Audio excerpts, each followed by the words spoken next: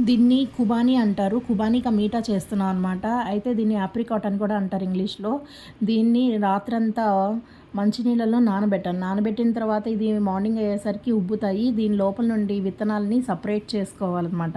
అయితే దీంట్ లోపల ఏదైతే నీళ్లు వేసి నానబెడతామో ఆ నీళ్లు పనికొస్తాయి, విత్తనాలు పనికొస్తాయి.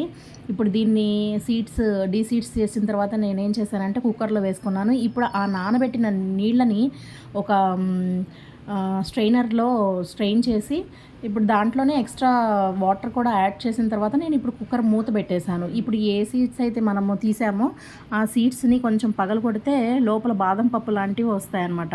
కొంచెం చిన్నగా పగలగొట్టుకొని దాన్ని పక్కన ఉంచుకోవాలి. తర్వాత గార్నిషింగ్‌కి అదే బాదం పప్పు పనికొస్తది.